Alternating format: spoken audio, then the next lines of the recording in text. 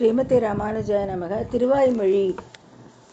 ஸ்ரீமதி ராமானுஜாய நமக. திருவாய்மொழி 211. வாயும் திரை. 211 பாசுரம். வாயும் திரை. நஞ்சியாரின் அறிமுகத்தின் சிறப்பம்சங்கள். முதல் பாசுரத்தில் பராங்குச நாயகி ஆழ்வார் பெண்மையின் மனநிலையில் தன்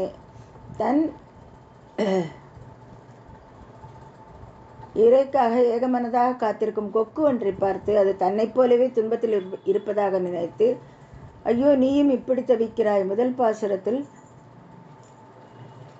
திருவாய்மொழி 1:10 மாணியை வானவர் காண் நாணையில் முன்பு எடுத்துரைத்தபடி இன்பம் பெருக காரணமான ஸ்ரீ மகாலட்சுமி ஸ்ரீமன் நாராயணனுடன் இணைந்ததை தியானித்து அந்த அனுபவத்தில் ஆழ்ந்து விடுகிறாள். இது கடற்கரைக்கு அருகில் உள்ளது. மற்றும் நீ செய்தாயா எம்பெருமானிடம் உங்கள் இதயத்தையும் இழக்கிறீர்கள். நீ செய்தாயா எம்பெருமானிடம் உங்கள் இதயத்தையும் இழக்கிறீர்கள். நம்பிள்ளையின் அறிமுகத்தின் சிறப்பம்சங்கள். நஞ்சியாரின் அறிமுகத்தின் முதல் பாசுரத்தில் பராங்குச நாயகி ஆழ்வார் பெண்மையின் மனநிலையில் தன் இறைக்காக ஏக மனதாக காத்திருக்கும் கொக்கு ஒன்றை பார்த்து அது தன்னை போலவே துன்பத்தில் இருப்பதாக நினைத்து, ஐயோ நீயும் இப்படி தவிக்கிறாய். முதல் பாசுரத்தில் திருவாய்மொழி 1:10 மாணியை வானவர் காண் நாணையில் முன்பு எடுத்துரைத்தபடி இன்பம் பெருக காரணமான ஸ்ரீ மகாலட்சுமி ஸ்ரீமன் நாராயணனுடன் இணைந்ததை தியானித்து அந்த அனுபவத்தில் ஆழ்ந்து விடுகிறாள். இது கடற்கரைக்கு அருகில் உள்ளது. மற்றும் நீ செய்தாயா உங்கள் இதயத்தையும் இழக்கிறீர்கள் எம்பெருமானிடம். நம்பிள்ளையின் அறிமுகத்தின் சிறப்பம்சங்கள். முதல் பாசுரம் பிரிந்தவர்கள் நெய்தல் நிலத்தை கடல் மற்றும் கடலோரம் நாடுவதால் பராங்குச நாயகியும் எம்பெருமானை பிரிந்த துயரத்தில் இருக்கும்போது தன்னை உற்சாகப்படுத்த கடற்கரையில் உள்ள ஒரு தோட்டத்தை அடைகிறாள். அங்கே ஒரு கொக்கு இருப்பதை அவள் கவனிக்கிறாள். கொக்கு உடலின் வெண்மை வெளிர் நிறத்தை பார்த்ததும் பிரிந்த காதல் நோயால் கொக்குகளும் வெளிரி போய்விட்டதாக எண்ணி, அடப்பாகவே நீங்களும் அதே விஷயத்தில் மாட்டிக்கொண்டீர்கள். நீயும் என்னை போன்ற எம்பெருமான் அவனிடம் விஷயத்தில் சிக்கி மனதை தொலைத்து விட்டாய். நம்பிள்ளையின் அறிமுகத்தின் சிறப்பம்சங்கள். முதல் பாசுரம் பிரிந்தவர்கள் நெய்தல் நிலத்தை கடல் மற்றும் கடலோரம் நாடுவதால் பராங்குச நாயகியும் எம்பெருமானை பிரிந்த துயரத்தில் இருக்கும்போது தன்னை உற்சாகப்படுத்த கடற்கரையில் உள்ள ஒரு தோட்டத்தை அடைகிறாள். அங்கே ஒரு கொக்கு இருப்பதை அவள் கவனிக்கிறாள். கொக்கு உடலின் வெண்மை வெளிர் நிறத்தை பார்த்ததும் பிரிந்த காதல் நோயால் கொக்குகளும் வெளிரி போய்விட்டதாக எண்ணி, அடப்பாவமே நீங்களும் அதே விஷயத்தில் மாட்டிக்கொண்டீர்கள்.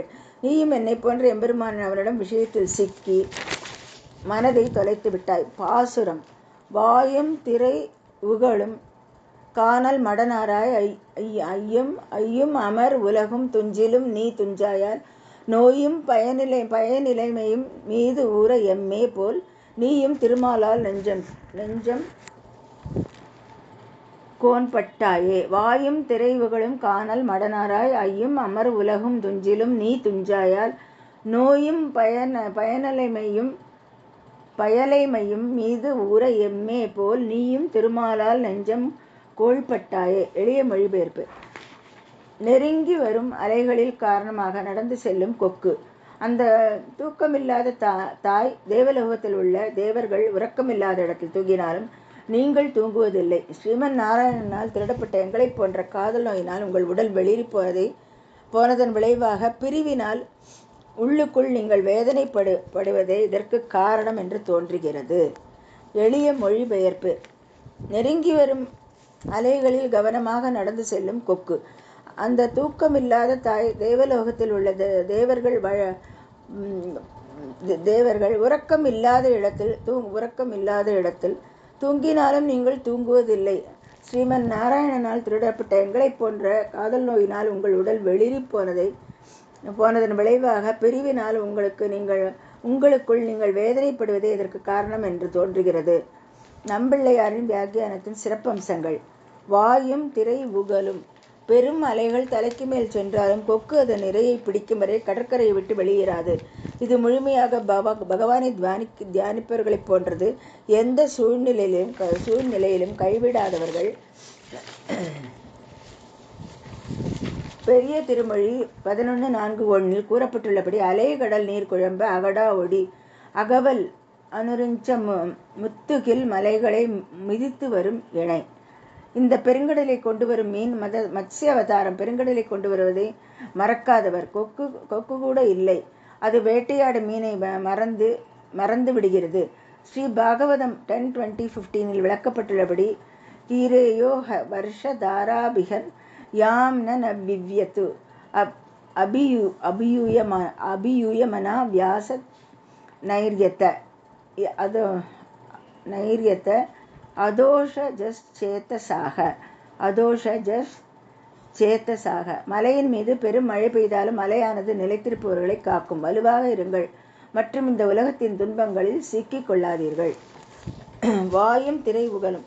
பெரும் அலைகள் தலைக்கு மேல் சென்றாலும் கொக்கு அதன் இரையை பிடிக்கும் வரை கடற்கரையை விட்டு வெளியேறாது. இது முழுமையாக பகவானை தியானிப்பவர்களைப் போன்றதும் எந்த சூழ்நிலையிலும் கைவிடாதவர்கள்.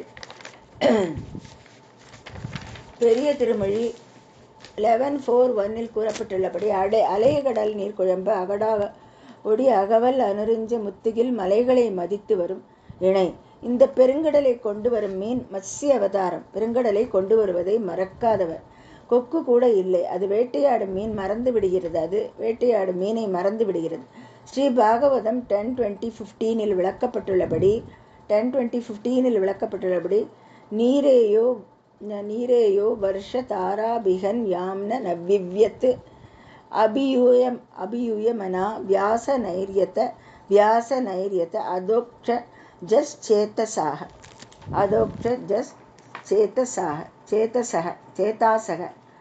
அதோக்ஷஜேதாசக.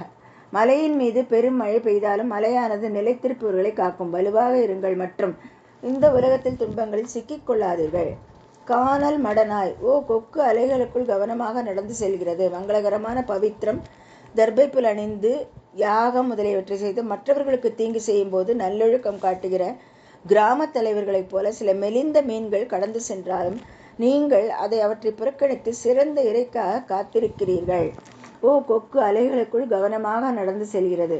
மங்களகரமான பவித்திரம் தர்பைப்புல் அணிந்து யாகம் முதலியவற்றை செய்து மற்றவர்களுக்கு தீங்கு செய்யும் போது நல்லொழுக்கம் காட்டுகிற கிராம தலைவர்களைப் போல சில மெலிந்த மீன்கள் கடந்து சென்றாலும் நீங்கள் அவற்றை புறக்கணித்து சிறந்த இறைக்காக காத்திருக்கிறீர்கள்.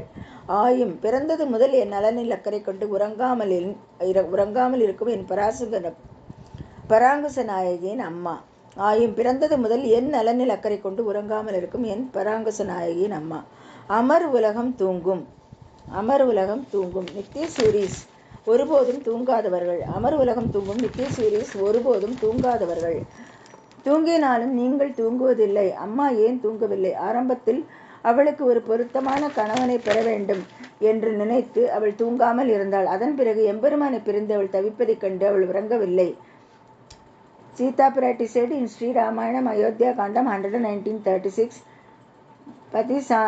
பதி சம்யோக சுலபம் வாயு திருஷ்ட்வா ச மே பிதா சித்தரானவ கதாக. அமர் உலகம் தூங்கும் நித்திய சூரீஸ் ஒருபோதும் தூங்காதவர்கள். தூங்கினாலும் நீங்கள் தூங்குவதில்லை. அம்மா ஏன் தூங்கவில்லை? ஆரம்பத்தில் அவளுக்கு ஒரு பொருத்தமான கணவனை பெற வேண்டும் என்று நினைத்து அவள் தூங்காமல் இருந்தாள். அதன் பிறகு எம்பெருமானை பிரிந்து அவள் தவிப்பதைக் கண்டு அவள் உறங்கவில்லை. சீதா பிராட்டி said in Sri Ramayana Ayodhya Kandam 119:36 பதி சாம்யோக சுலபம் வாயோ திருஷ்ட்வா ச மே பிதா சிந்தாரணகதாக.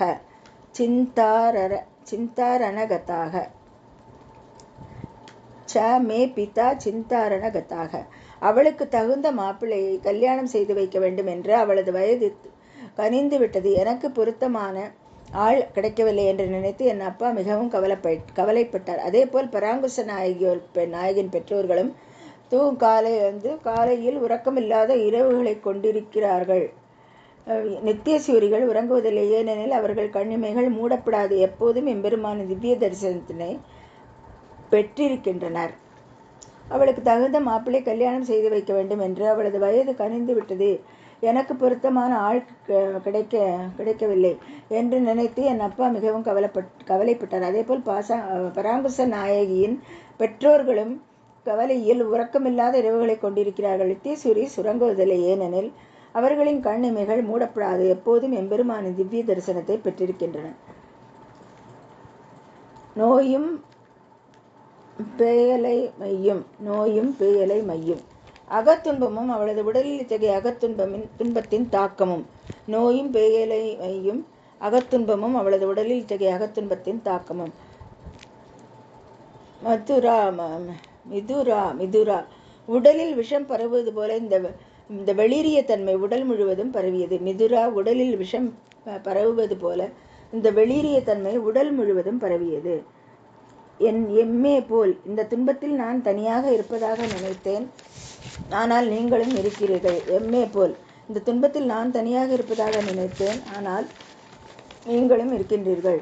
நீங்களும் என்னைப் போலவே துக்கம், அவமானம் போன்றவற்றை பொறுத்து கொண்டு இன்னும் எம்பெருமானாக காத்திருந்து வெளிரிய நிறத்துடன் இருக்கிறீர்கள். நீங்களும் என்னைப் போலவே துக்கம், அவமானம் போன்றவற்றை பொறுத்து கொண்டு இன்றும் எம்பெருமானுக்காக காத்திருந்து வெளிரிய நிறத்துடன் இருக்கிறீர்கள். நீங்களும் பிரிந்து வரும் துன்பங்களை தாங்க முடியாமல் மிகவும் மென்மையானவர். ஸ்ரீராமாயணம் யுத்தகாண்டம் 9:30 தத் தஸ்ய சாதிருஷம் பாவேத். இதில் விளக்கப்பட்டுள்ள கொள்கையை நாம் இருவராலும் நிலைநிறுத்த முடியவில்லையா? நீங்களும் பிரிந்து வரும் துன்பங்களை தாங்க முடியாமல் மிகவும் மென்மையானவர். ஸ்ரீராமாயணம் யுத்தகாண்டம் 9:30 தத் தஸ்ய சாதிருஷம் பாவேத். இதில் விளக்கப்பட்டுள்ள கொள்கையை நாம் இருவராலும் நிலைநிறுத்த முடியவில்லையா? அவர் இலங்கைக்கு வந்து என்னை மீட்பது எனது எந்த முயற்சியும் இல்லாமல் ஸ்ரீராமரின் பெருமைக்கு ஏற்ற செயல். அவர் இலங்கைக்கு வந்து என்னை மீட்பது எனது எந்த முயற்சியும் இல்லாமல் ஸ்ரீராமரின் பெருமைக்கு ஏற்ற செயல். திருமால் நெஞ்சம்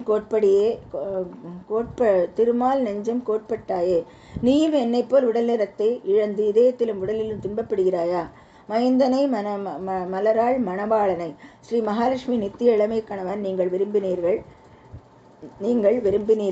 விரும்பினீர்களா? திருமால் நெஞ்சம்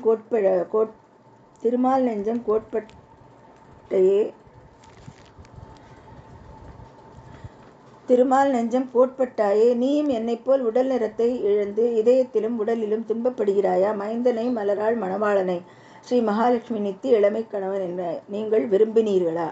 திருமால் நெஞ்சம் கோட்பட்டாயே, நீயும் என்னைப் போல் உடல் நிறத்தை இழந்து இதயத்திலும் உடலிலும் துன்பப்படுகிறாயா? மைந்தனை மலராள் மணவாளனை ஸ்ரீ மகாலட்சுமி நித்திய இளமை கணவன் நீங்கள் விரும்பினீர்களா?